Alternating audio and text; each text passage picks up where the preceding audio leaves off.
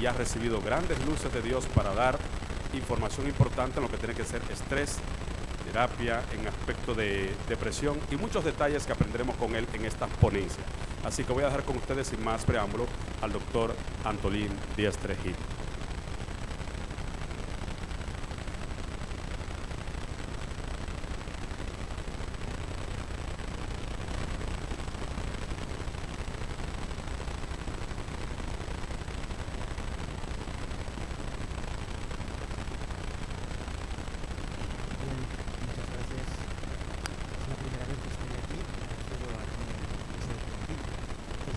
O la cuarta vez, no recuerdo ahora bien, que estoy en República Dominicana.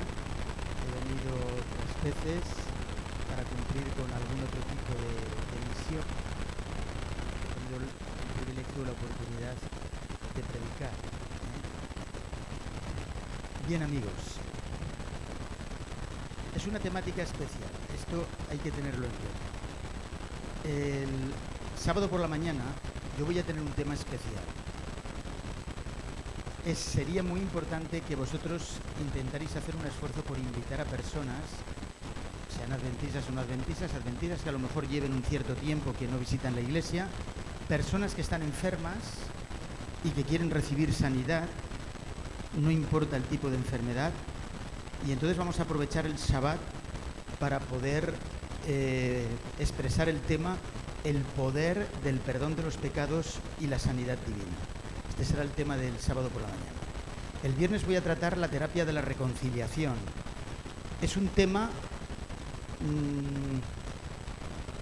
os puedo decir, pero sin pretender alardear de nada, sino simplemente es un tema que es desconocido, no se ha oído nunca.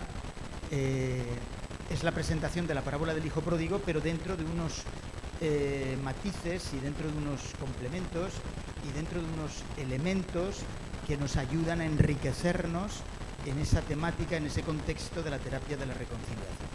No os la perdáis. El jueves yo voy a tratar el tema sobre la depresión, que será una continuidad del tema de hoy. El tema de hoy está basado en el Evangelio de San Juan, en el capítulo 4. Os invito a que abráis la Biblia por ese capítulo 4 de San Juan. Capítulo 4. Cuando el Señor entendió, versículo primero, que los fariseos habían oído decir Jesús hace y bautiza más discípulos que Juan, aunque Jesús no bautizaba, sino sus discípulos, salió de Judea y se fue otra vez a Galilea. Fíjate que aquí hay un temor escondido por parte de Jesús.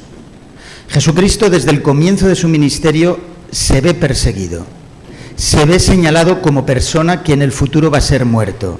Si leyéramos ciertos pasajes del capítulo 3, del capítulo 2, del capítulo 1, nos daríamos cuenta que Jesucristo está viviendo la pasión desde el primer momento.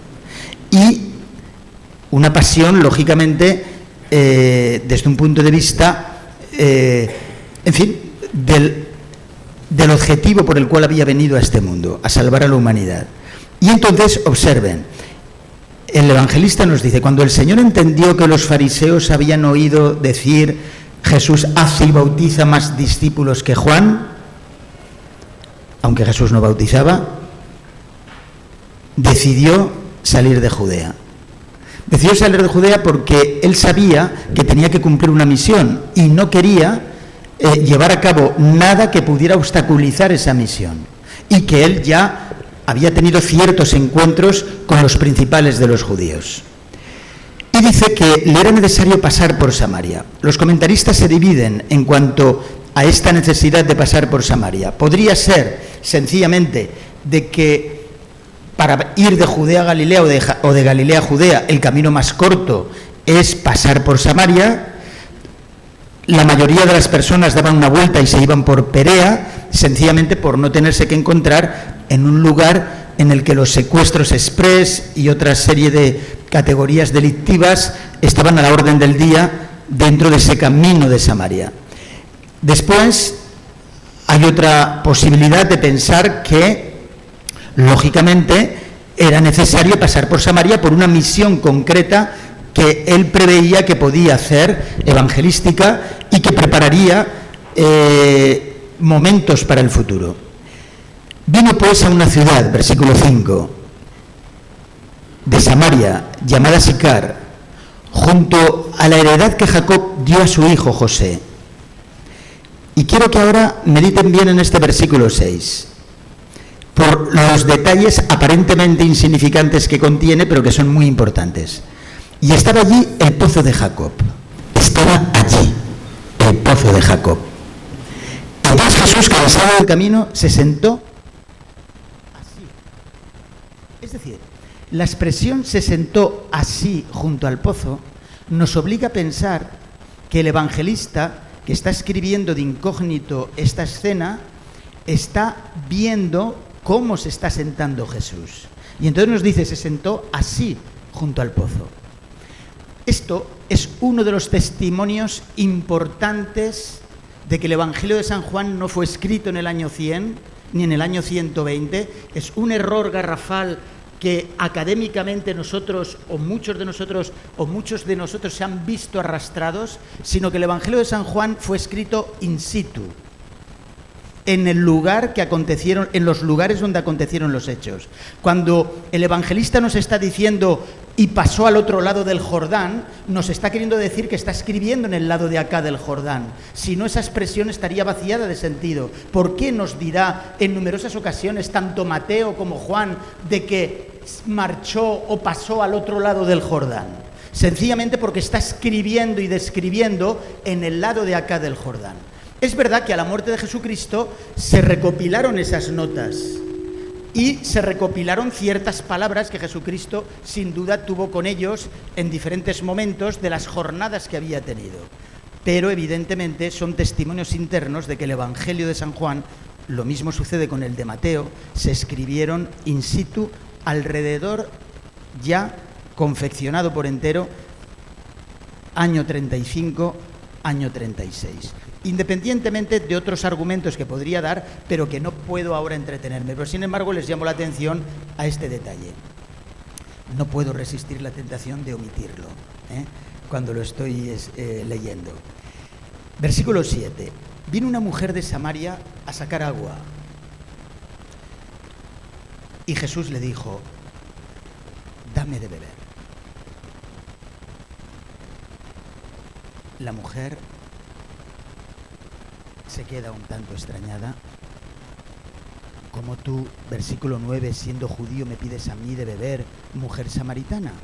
Dame de beber. Observen bien el detalle.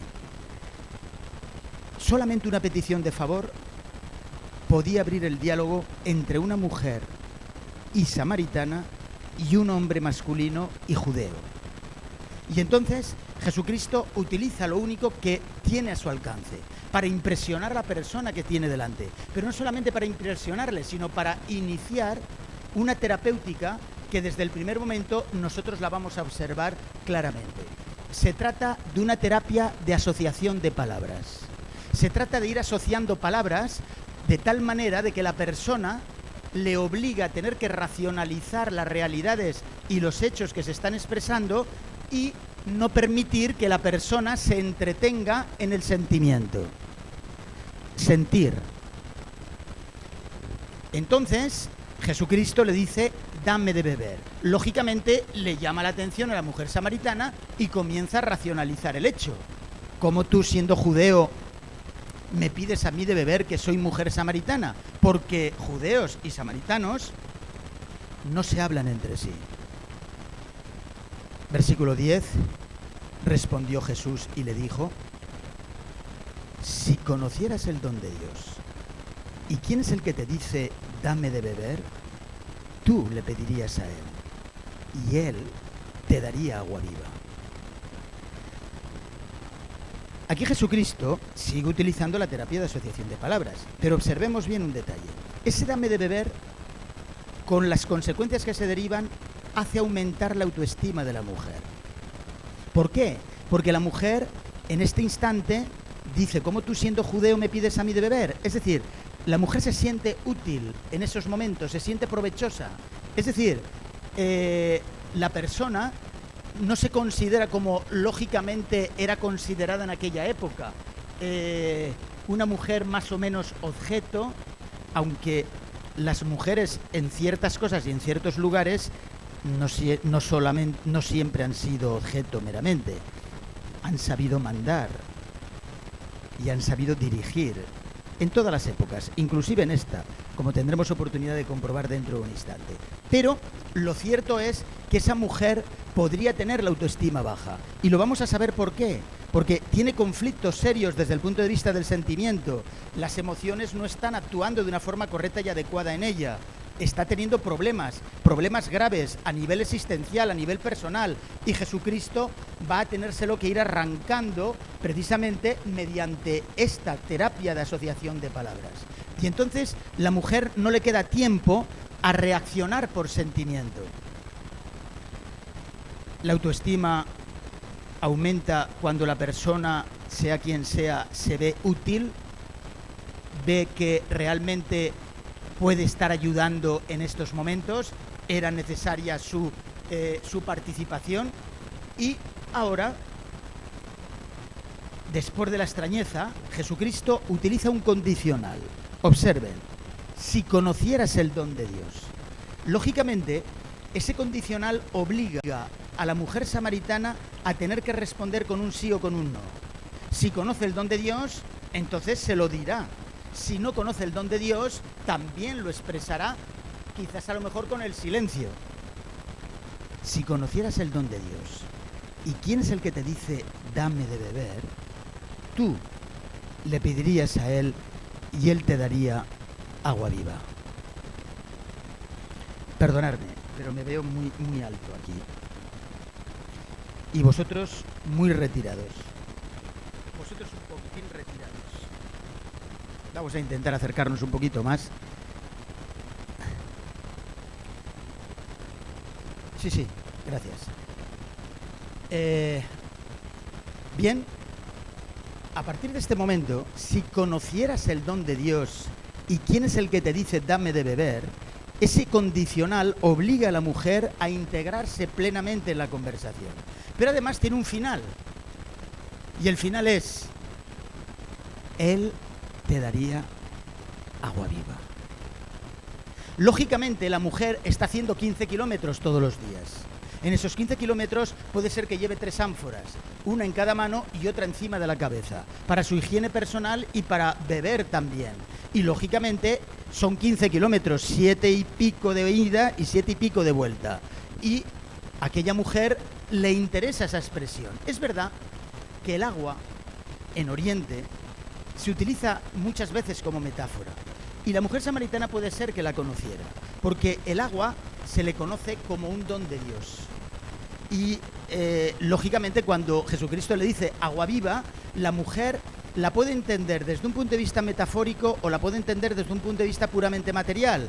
Si se trata desde un punto de vista material, agua viva significaría agua que corre, agua que fluye, agua que no está estancada, agua que no es fruto de un aljibe, de un pozo que recoge el agua de lluvia, sino que es algo que realmente corre y fluye, agua viva. La mujer entonces reacciona ante esto. Y observen, ¿acaso tu religión es más importante que la mía? ¿Qué tienes para ofrecerme agua viva? Es decir, ¿acaso eres tú mayor que nuestro padre Jacob, que nos dio este pozo, el fundador de mi religión? ¿Eres tú más importante? ¿Del cual bebieron él, sus hijos y sus ganados? Jesús le responde y le dice, cualquiera que bebiere de esta agua volverá a tener sed, pero el agua que yo le daré será como una fuente de agua que salte para vida eterna. Lógicamente, la mujer samaritana ahora prácticamente no tiene resquicio para poderse escapar y poderlo entender como un agua totalmente material, pero a pesar de todo la mujer samaritana va a insistir en su negativa un tanto, de negar el hecho de que se está hablando de un agua especial. El agua, como hemos dicho antes, es una metáfora. veces hemos interpretado el agua del capítulo 3 de San Juan como el agua del bautismo. Los predicadores hemos hecho un uso de esa expresión, pero quizás ha sido un abuso. El agua representa la acción de limpieza de Dios. Y claro, cuando se nos dice el nacer de agua, se nos está diciendo, cuando vamos a Santiago 1.18 y a 1 de Pedro 1.23, se nos descubre que nacer de agua es nacer de la palabra.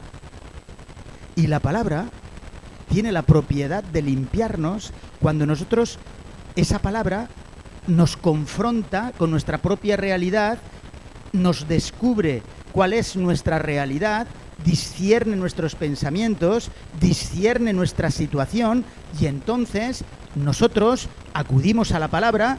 Esa palabra, cuando la aplicamos en nuestra vida, nos limpia de aquellas cosas que nosotros consideramos que están sucias y que no deben de continuar.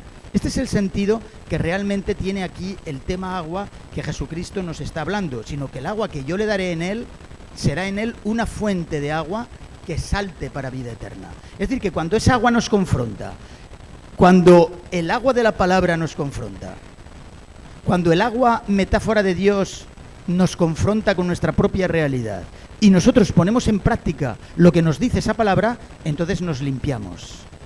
¿Están entendiendo? Pues digan amén. Hacía mucho que no escuchaba yo el amén dominicano. Quiero decirles que una vez estaba trabajando en Nueva York dando un tema y en un momento determinado estoy tan tranquilo predicando, hablando. Era la iglesia esa de Nueva York, era toda dominicana, ¿eh? Y de golpe, en un momento determinado que estoy predicando, ¡amén, hermano, amén! Y la verdad es que yo me quedé un poco sorprendido, porque era la primera vez que veía tal reacción. Y entonces me les quedé mirando y les dije, ¿ah, sí? Pues ahora veréis. Os lo voy a devolver. Y entonces seguí predicando. ¿Y qué era? La concentración que estaban teniendo, que me estaban mirando así y que no eran capaces. Y digo, ¿y ahora qué? ¡Digan amén! Y entonces dijeron amén. Sí, bien, sigamos. La mujer le dijo, versículo 15, Señor, dame esa agua para que no tenga yo sed ni venga aquí a sacarla.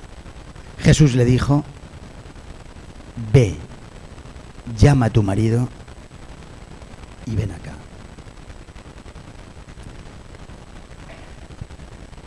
Es decir, aquí nos encontramos con un problema. Llama a tu marido y ven acá. Y entonces la mujer le dice, pero ¿qué marido? Si no tengo marido. Y Jesús entonces le dice, bien has dicho, no tengo marido. Porque 5 maridos has tenido y el que ahora tienes no es tu marido. Esto has dicho con verdad. Es decir, ¿qué es lo que había pasado aquí? Podemos pensar que la mujer los había matado a disgustos a cada marido. Y entonces, claro, 5 maridos has tenido y el que ahora tienes no es tu marido, ¿eh? O bien podemos pensar que tenía un geniecillo la señora esta samaritana de tal naturaleza y de tal manera que no la aguantaban. Y entonces se iban. Claro, las palabras de Jesús son muy elocuentes, porque quiero decirles que si realmente cualquiera de ellos la hubiera dejado, no diría marido. Porque ahora, cuando está conviviendo con una persona que está viviendo en concubinato, que están juntos, por decirlo así, lógicamente ahí no denomina marido, ahí denomina, y el que ahora tienes no es tu marido. Lo cierto es que habían habido problemas emotivos de que había cambiado de marido como de chaqueta. No sabemos cómo aplicaban la ley de Moisés, cierta parte de la ley de Moisés respecto a esto en cuanto al matrimonio, ¿eh? Lo cierto es que esta mujer tenía un problema de sentimiento.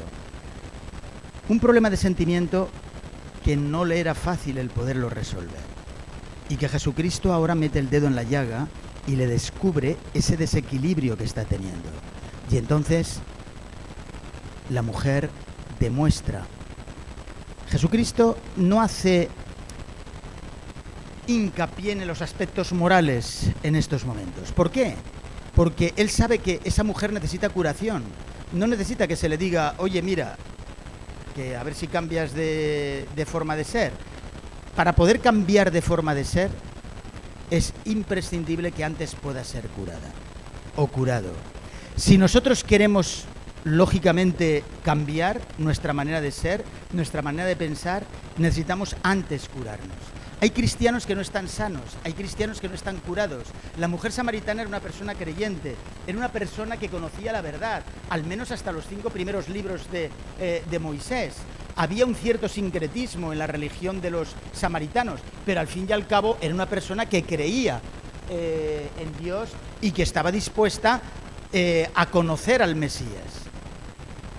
Pero sin embargo había un desequilibrio que no le ayudaba a poder vivir la verdad de una forma correcta y adecuada.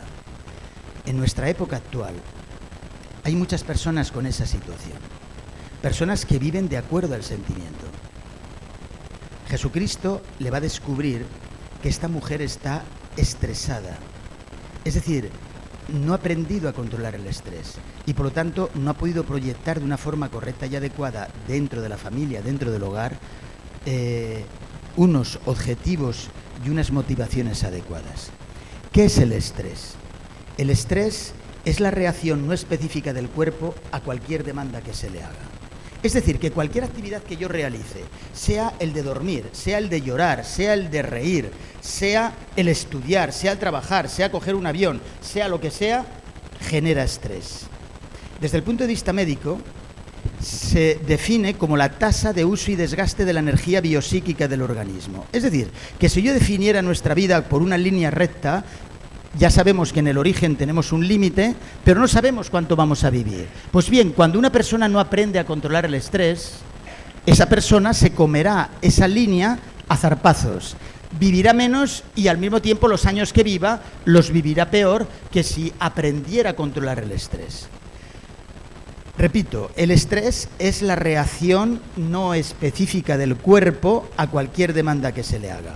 La tasa de uso y desgaste de la energía biopsíquica del organismo. Queramos o no queramos, vamos a generar estrés. Pero si aprendemos a controlar el estrés, percibiremos un estrés positivo, un eustrés, mientras que si realmente empezamos a tener problemas con el estrés, llegaremos a experimentar distrés. Desde el punto de vista científico, se define el tema del estrés como el síndrome general de adaptación. Es decir, síndrome, conjunto de síntomas desde un punto de vista general que se observa en el organismo y un intento de adaptarse a esos síntomas. En todo síndrome general de adaptación o en todo estrés, cuando una persona se está empezando a ver afectada por el estrés, hay una química que el cerebro envía de aviso. Quiere, lógicamente, ayudar a la persona a ponerse en guardia frente a la problemática que está teniendo. Y entonces envía una química. Normalmente las personas no entienden esto de la química, no entienden por qué en un momento determinado están respirando, que no pueden dar la vueltecita esa vueltecita, ven que no la pueden dar, esa persona ya con esa situación está demostrando que está siendo afectada por el estrés, o bien ha perdido capacidad sexual en el sentido de que ha perdido la libido, de tal manera que la persona ya no está funcionando sexualmente, y no porque tenga 70 años ni 80 años, sino porque sencillamente está teniendo problemas con el estrés y, lógicamente, no se está adaptando de una forma adecuada. Síndrome general de adaptación. La química quiere avisarnos.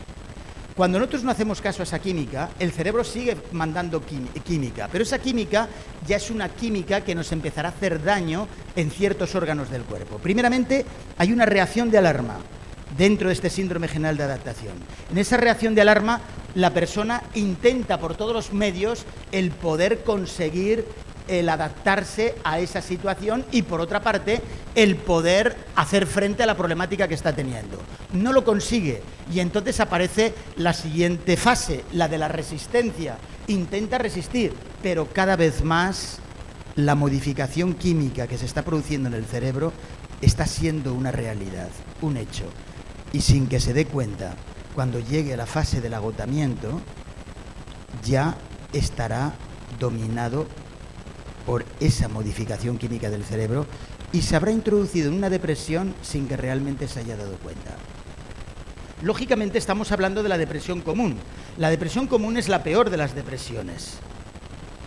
Hay depresiones que son síntomas de enfermedades mentales. Normalmente esas depresiones, aunque lo que estoy diciendo y lo que pueda decir mañana cuando yo hable del tema de la depresión, lógicamente vamos a poder ayudarles a esas personas con ese tipo de depresión que sea síntoma y que no sea la causa fundamental.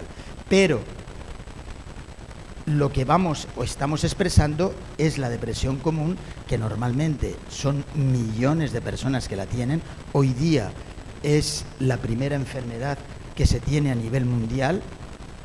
Una de cada cuatro personas padece una depresión, por lo menos que esté contabilizada. Entonces es importante el que nosotros sepamos cómo controlar el estrés. ¿Cuál es la primera causa de estrés? ¿Tú qué piensas? ¿Cuál es la primera causa de estrés? A ver, piensa un poco. Es un poco difícil la respuesta, sí. Demandas, presiones de la vida, económicas, sociales. No, sí, ya sé que eres estudiosa, pero no estás dando en el clavo, ¿eh? ¿Sabes cuál es la primera causa de estrés? Tú. Tú eres la primera causa de estrés. Sí. El otro. Esa es la primera causa de estrés. El otro. El otro en el que no sabemos cómo reaccionar frente a ciertas exigencias que nos reclama el otro. El otro puedo ser yo o puede ser tú. Entonces es imprescindible saber cómo tener que actuar, cómo tener que reaccionar. Fijaros bien, una persona que no se alimente de una forma adecuada, y cuando estoy diciendo de una forma adecuada no me estoy refiriendo de que sacie el hambre, esa persona tendrá problemas con el estrés si no cambia y no sabrá cómo reaccionar. Las personas reaccionan de una forma inadecuada conforme el tiempo va transcurriendo porque no están nutriendo el cerebro de una forma correcta y adecuada. Hay unos nutrientes estándares que nuestro cerebro necesita para poder reaccionar de una forma correcta y adecuada ante las demandas de la vida. De esto hablaremos en otro momento, pero es importante que nosotros lo tengamos en cuenta, esta primera causa de estrés. La mujer samaritana tenía un problema de sentimiento. La cultura que invade República Dominicana es el sentimiento.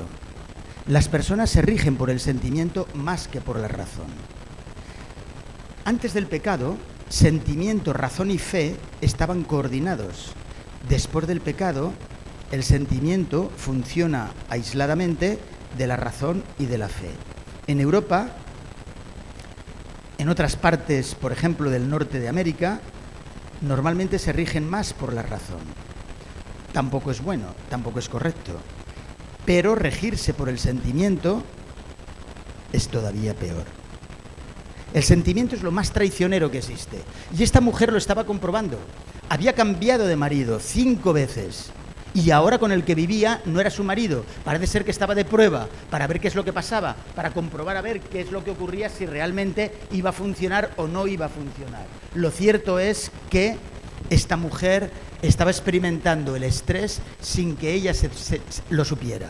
Y por otra parte, Jesucristo intenta curarla con la terapia de asociación de palabras. Primeramente, le hace ser útil, dame de beber, intenta mostrar su autoestima. Después mantiene un diálogo. En ese diálogo no le permite que se rija por el sentimiento, sino que tiene que encontrar respuestas desde un punto de vista racional. Me encontraba haciendo un curso sobre la depresión en Barcelona y al terminar el tema de ese día se acercó una joven y me dijo, necesito hablar con usted, ¿me puede dedicar un tiempo? Le dije, sí. Mire, quiero divorciarme. ¿Y por qué? Le dije, porque ya no siento nada por él. ya no sientes nada por él. ¿Cuánto hace que te has casado? 3 años. ¿Y ya no sientes nada por él?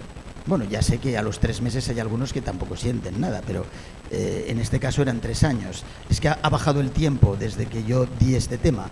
Entonces, ya no siento nada por él. Y le dije,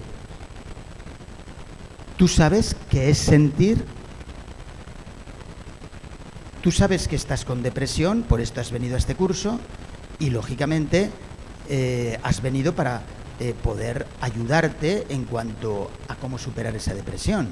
No es ahora el momento oportuno para que tú decidas porque no sientes, porque cuando una persona comienza a tener modificación química del cerebro, ya no siente lo que sentía antes. Ya no siente lo que sentía antes por el marido o ya no siente lo que sentía antes por la mujer.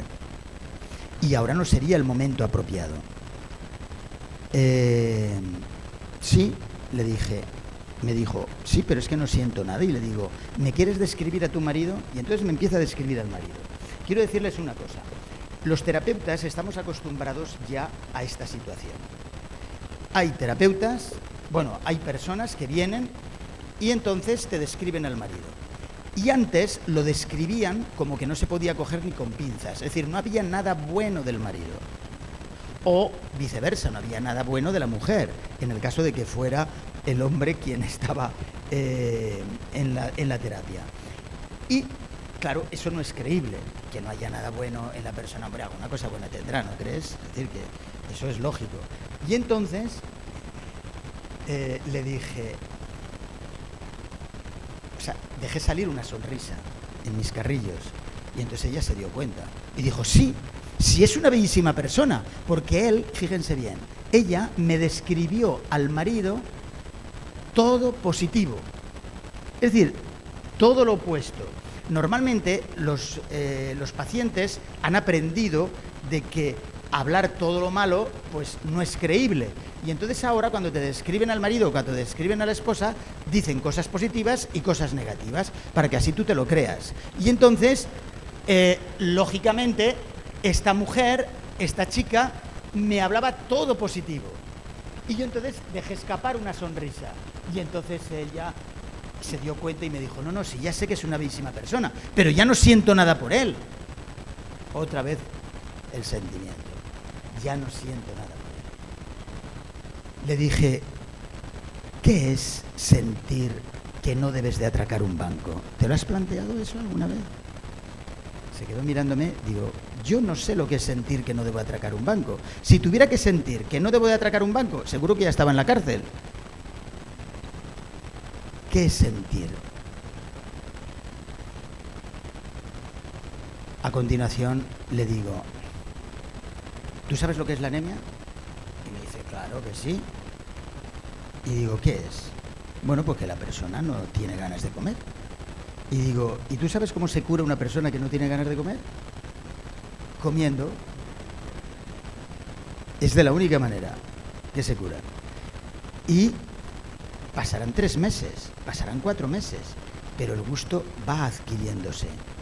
Los alimentos comienzan de nuevo a saborearse, pero es necesario hacer la experiencia de comer sin sentir el deseo de comer. Y el sentimiento vuelve. Le dije, ¿tú quieres que yo te ayude? Y dice, sí. Entonces, ¿vas a hacer lo que te voy a decir? Bueno, depende, me dice. Y le digo, mira, cuando hoy vayas a tu casa, yo os visitaré dentro de un mes o mes y medio. Y estaré con vosotros una temporada, un día a la semana, donde trataremos algunas cosas. Pero como condición te pongo de que hoy cuando vayas a casa le des los mismos besos que le dabas antes, le hagas las mismas caricias que le hacías antes, te acuestes con él y hagas todas las cosas que tienes que hacer, aunque no sientas. No se lo dije así de fuerte, pero ella entendió. Y entonces comprobarás que el sentimiento vuelve. Y le dije otra cosa más. Tienes que aprender a vivir sin sentimiento. Cuando digo esto, los públicos se me rebotan, porque dicen, ¿vivir sin sentimiento? Usted no sabe lo que dice. Tenemos que aprender a vivir sin sentimiento. Aprender a vivir sin sentimiento no significa no tener sentimiento. Significa que no dependes del sentimiento para vivir. Significa que tú actúas por principio, no por sentimiento. Y entonces, cuando la persona aprende a vivir por principio y no por sentimiento, llega un momento determinado que el sentimiento vuelve. Pero como ha aprendido a no depender del sentimiento, cuando vuelve el sentimiento, entonces le saluda y le dice, está bien, estás ahí, ya sé que existes, pero no quiero depender de ti. Quiero seguir haciendo las cosas de acuerdo a los principios. Y entonces comienza a aprender a vivir de una forma correcta sin tener que depender del sentimiento. El sentimiento es lo más traicionero que existe en este mundo. Y si no aprendemos a vivirse en él, nos llegará a destruir, nos llegará a destrozar. Os lo aseguro.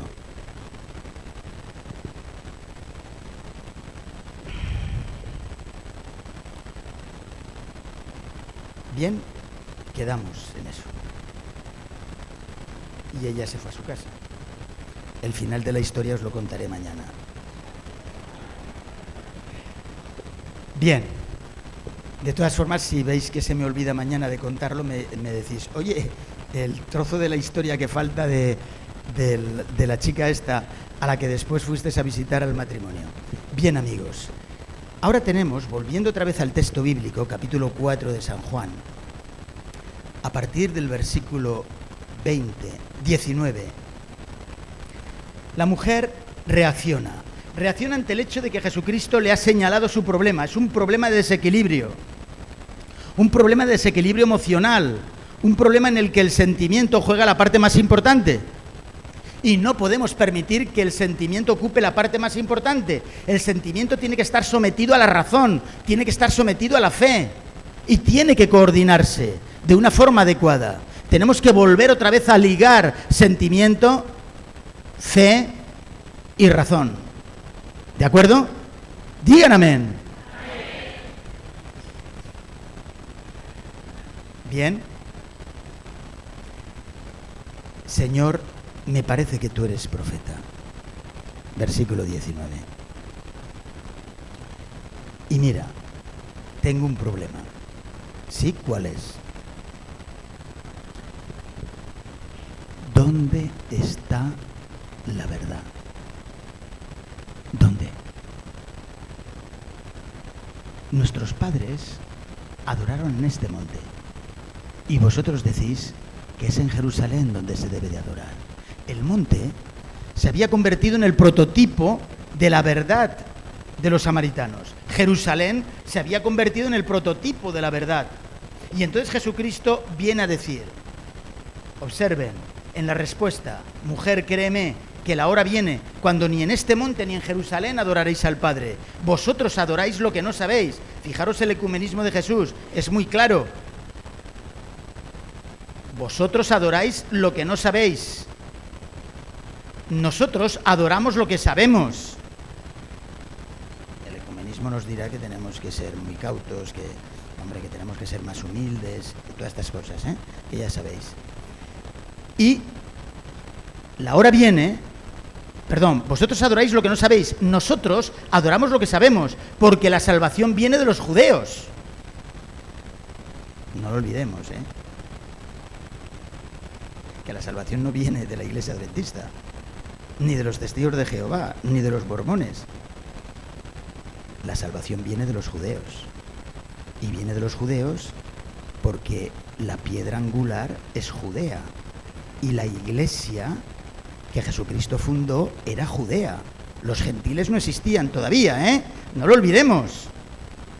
Que a veces nos olvidamos de este detalle, de este punto, y creemos que realmente la iglesia ha sustituido al tronco. ¡No! El capítulo 11 de Romanos es muy claro. Por descontado, con la piedra angular, a la que, después de haber sido fundada sobre la iglesia judea, todas aquellas ramas naturales se pueden añadir y los árboles silvestres se pueden injertar contra natura, ¿eh? No es lo mismo que las ramas naturales, pero judeos y gentiles forman la Iglesia. No os preocupéis que aquí hay muchas ramas naturales, hay muchos que sois judeos, descendientes de judeos. Lo que pasa es que no lo sabéis, pero sin duda que sí. Bien, pero a pesar de todo no importa, porque ahora sí que tanto gentiles como judeos forman la Iglesia que se fundamentó sobre la piedra angular que era Judea y sobre las piedras apostólicas que eran judeos. ¿De acuerdo? Ahora, observar bien el detalle. Versículo 23, mas la hora viene y ahora es cuando los verdaderos adoradores adorarán al Padre de acuerdo al Espíritu Santo y de acuerdo a la verdad. Porque también el Padre, tales adoradores busca que le adoren. Dios es espíritu y los que le adoran en espíritu y en verdad es necesario que adoren. Le dijo la mujer, versículo 25, sé que ha de venir el Mesías, llamado el Cristo. Cuando Él venga, nos declarará todas las cosas. Jesús le dijo, yo soy el que habla contigo.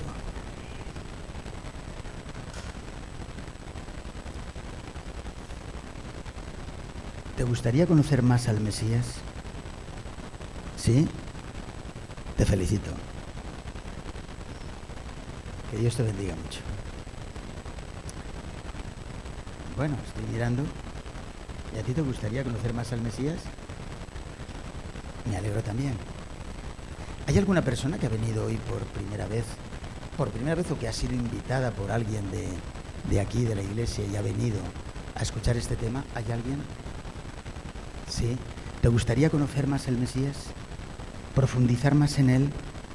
¿Profundizar en ciertos estudios que te pueden dar y que te ayudarían a conocer mejor al Mesías? ¿Te gustaría?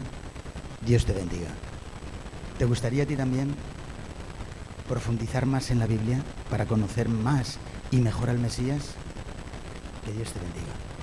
¿Hay alguien más? Adelante, amiga. Yo no sé si da el cable, porque es que me han dicho que si la tele, que si esto, que si lo otro, y entonces digo la tele, la radio, que me he equivocado. La radio. Dios te bendiga. ¿Tú querrías profundizar en la Biblia más para conocer el Mesías? ¿De verdad? ¿Hay alguien que está en contacto contigo? ¿No? Pues dirígete a alguien. ¿Hay alguna persona que te ha invitado especialmente o has venido tú por tu cuenta? Ah, la emisora. Bueno, pues en la emisora estaba yo y en la entrevista. ¿Tú has escuchado la entrevista? No, ¿sí? Parte esta mañana. Bueno, pues yo te invito a que no dejes de venir mañana. Lo mismo que a vosotras, ¿eh? No dejéis de venir mañana. Y lo mismo que tú, ¿eh? No te creas que te me estás escapando, ¿eh?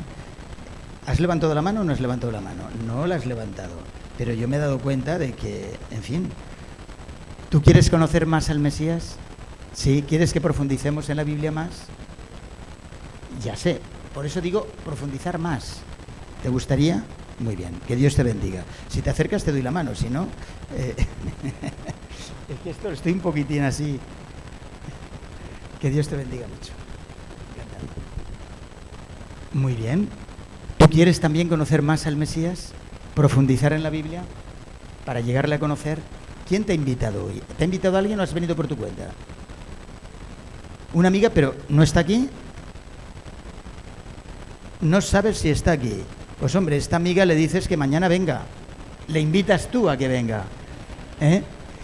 Entra en contacto con alguna persona de las que hay aquí, algún líder de los que están aquí en la iglesia, y que puedan contactar contigo para poder profundizar en la palabra. ¿De acuerdo? Que Dios te bendiga.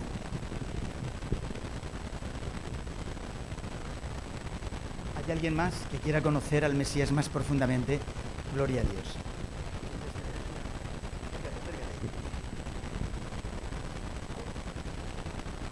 Intenta pues profundizar, que te ayuden a todavía estudiar un poco más la palabra de Dios. ¿Hay alguien más?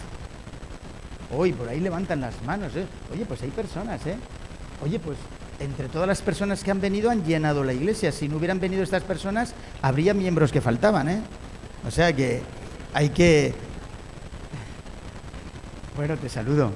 Que Dios te bendiga mucho, pero nos veremos mañana, ¿de acuerdo? Muy bien, gracias. Bien, amigos, sigamos leyendo el texto. Las 9:10. Yo ya sé que tenía que haber acabado a las 9:10, pero tenía que haber empezado a las 8:15. Y como no he empezado a las 8:15, sino pasadas las 8:30, pues entonces estoy en el tiempo, ¿eh? Bien, entonces, versículo 28. Entonces la mujer dejó su cántaro y fue a la ciudad y dijo a los hombres: venid, ved a un hombre que me ha dicho todo cuanto he hecho. Es curioso, el evangelista no emplea una palabra como decir que me ha dicho todo lo que me ha ocurrido. Ahí tendríamos un lenguaje ambiguo para conocer realmente lo que esta persona, los problemas que había podido tener esta persona. Pero aquí dice, me ha dicho todo cuanto he hecho. Lo que quiere decir que se trata de cosas que ha hecho que no se contabilizan dentro de lo bondadoso o dentro de lo correcto, etcétera, o dentro de lo beneficioso, sino de lo perjudicial. Y entonces aquí les da una arenga diciendo, ¿no será este el Cristo? ¿No será este el Mesías? Amigas y amigos míos, quiero comentaros algo, muy breve. Yo un día también tuve que dejar mi cántaro. Hay personas que el cántaro lo dejan una vez que han hecho el pacto con Dios bautizándose. No se dieron cuenta ni se acordaron que tenían que dejar el cántaro. Y viven arrastrados por su cántaro. Yo os quiero rogar algo. No faltéis mañana, ni faltéis ningún día, y observaremos y veremos algo grande de acuerdo a la palabra de Dios. Sé que el Señor nos va a bendecir de una forma extraordinaria, de una forma práctica. Aquí estamos viendo algo muy importante. Esta mujer tenía una autoestima baja porque no se había autorrealizado de una manera adecuada.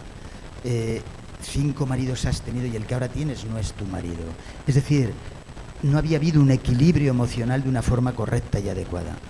Por otra parte, esta mujer tenía lagunas grandes. No sabía a ciencia cierta dónde estaba la verdad, quién tenía la verdad. Y entonces es verdad que la verdad es una persona, es verdad que la verdad es la persona de Jesucristo, pero lógicamente la persona de Jesucristo es necesario profundizar en su ideología. Y la ideología de Jesucristo es la ideología del reino de Dios, del gobierno de Dios, de la manera de pensar que tiene Dios, de la manera de ser que tiene Dios. Y es muy importante que nosotros lleguemos a comprender lo que es la palabra para que esa palabra no solamente nos limpie, sino que nos dé una idea clara de cuál es esa ideología divina, la ideología del reino de Dios, de la manera de pensar que tiene Dios.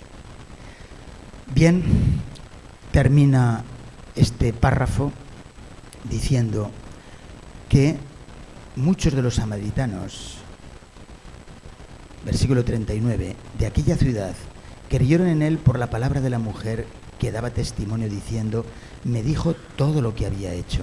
Entonces vinieron los samaritanos a él y le rogaron que se quedase con ellos, y se quedó allí 2 días. Y creyeron muchos más por las palabras de él, y decían a la mujer, ya no creemos solamente por tu dicho, porque nosotros mismos hemos oído y sabemos que verdaderamente este es el Salvador del mundo, el Cristo.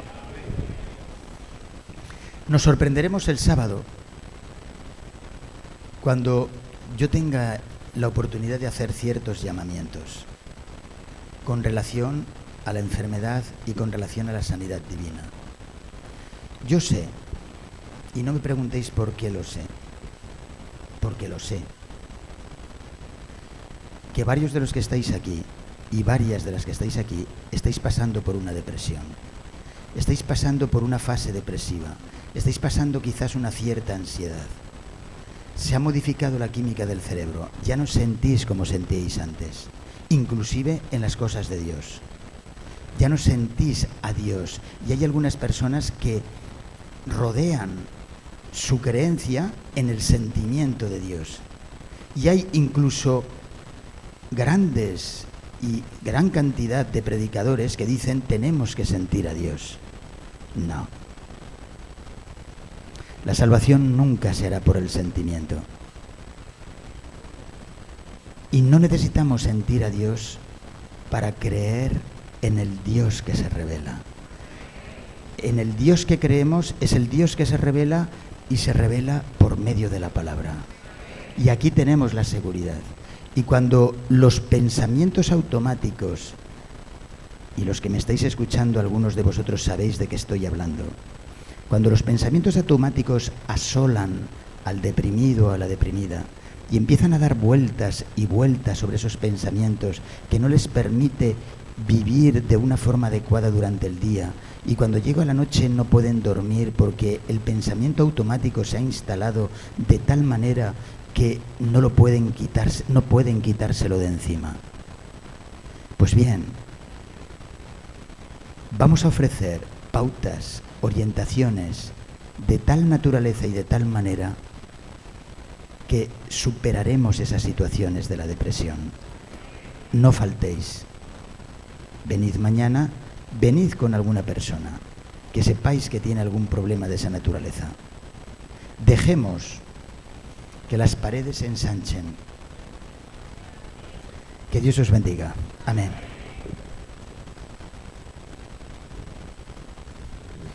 ¿Cuántos agradecen al doctor Antolín Díaz Trejil por esta primera entrega? Reconfirmo lo que dice el pastor Antolín. Mañana es una oportunidad para usted traer a alguien. Usted tiene algún familiar, algún amigo, alguien que necesite escuchar estas grandes verdades. No se la pierda. Mañana será otra oportunidad, 7:45 con un servicio de canto. Y entonces, luego 8 en punto, y manejaremos el tiempo para que pueda desarrollar y podamos salir un poco más temprano también. Queremos pedir al director de canto que se acerque, porque luego que ore, se va a dirigir el himno 210, Huye cuál va tu monte, y se va a cantar mientras salimos, ¿de acuerdo? El himno Huye cuál va tu monte, se va a cantar mientras salimos, así que el director de canto esté cerca para luego la oración. Solo me pide el doctor Antolín Díaz Trejil que dé alguna explicación sobre algunos libros que ustedes han estado viendo en la puerta. El doctor Antolín Díaz Trejil es un prolífero escritor, así que hay algunos libros, él estará cerca de ellos. La idea es que usted pueda ver cuáles son sus obras, y si a usted le interesa alguno, usted puede inscribirse con él. La razón por la que él no los tiene aquí es porque él prefiere que unos libros así, muy voluminosos, pues la gente pueda tenerlo a un precio asequible. Por lo tanto, la metodología que él lo ha hecho, lo hizo una vez con nosotros, cuando vino a darnos seminario a pastores y a laicos en otras ocasiones, es que usted observa y entonces él tiene un precio especial y usted se inscribe. Y entonces él lo va a enviar, porque no puede viajar con esas cantidades. Así que es la forma en que él tiene. Ustedes a la salida pueden observar los libros y las personas que les interesan algunos de esos temas, son como 23 títulos diferentes. Entonces pueden inscribirse y él tiene alguna oferta especial. Voy a pedir que estemos en pie para despedirnos con una oración.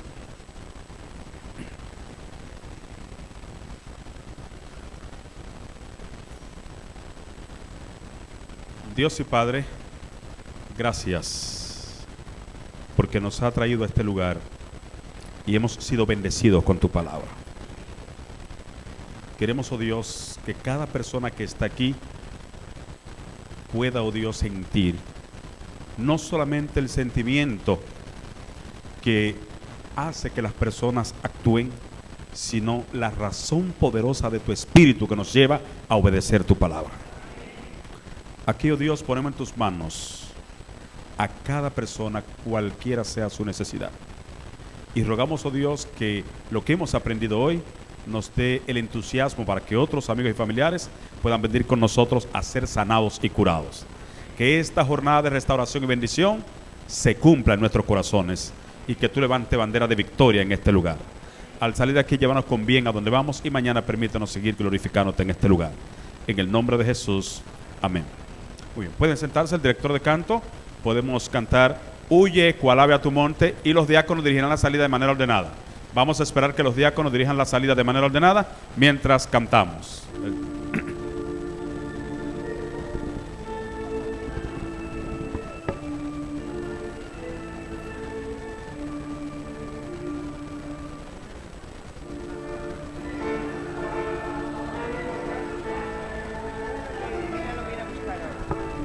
Alma abrumada del mal, hoy en tu clara fuente, lava tu lepra mortal. Huye del mar vergonzoso, clame tu ser tenebroso. Cristo te ofrece